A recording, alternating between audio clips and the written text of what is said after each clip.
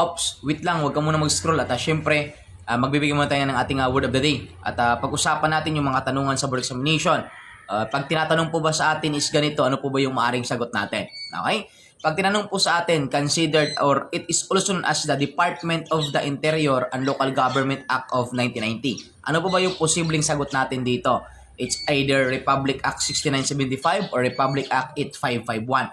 Okay? So tandaan po natin mga future technologies, pag tinanong po sa atin, the Department of the Interior and Local Government Act of 1990 that is called the Republic Act 6975. Ulitin po natin pag tinatanong po sa board examination, Republic Act 6975 is also known as what? That is considered DILG Act po yan of 1990. At syempre yung ating pong DILG that is considered the Department of the.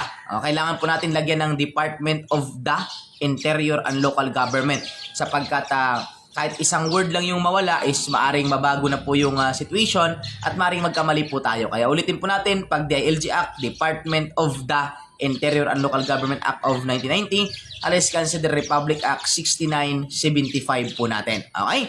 Pero, yung atin naman pong Republic Act 8551, hindi po kasi siya DILG Act actually.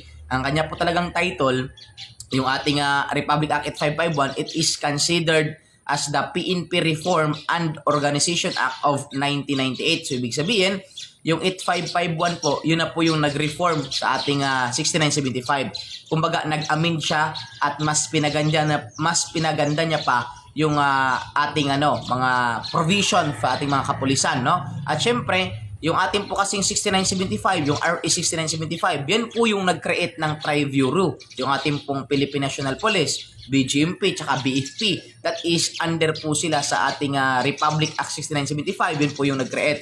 Pero yung ating 8551, siya po yung nagpalawak para sa ating PNP kasi nga PNP reform siya or Organization Act of 1998. Dito din sa 8551, yung dating PULCOM na Police Commission, naging NAPOLCOM, naging National Police Commission. At binigyan niya ng kapangyarihan dito. Okay? Na kung saan yung ating NAPOLCOM is considered is an attached agency to DILG that has the power to administer and supervise over PNP. So, ibig sabihin, yung ating NAPOLCOM, pag tinatanong po tayo NAPOLCOM is what to DILG? The answer po natin is attached agency. Okay? Si NAPOLCOM po natin is an attached agency to DILG that has the power to administer and supervise over PNP. So, ibig sabihin, yung ating PNP is under po siya sa NAPOLCOM.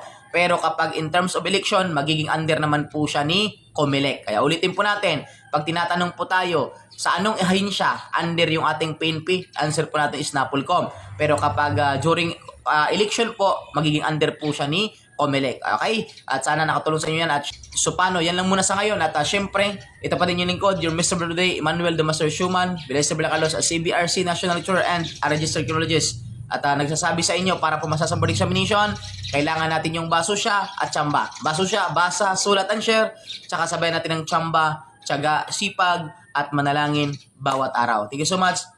God bless you all.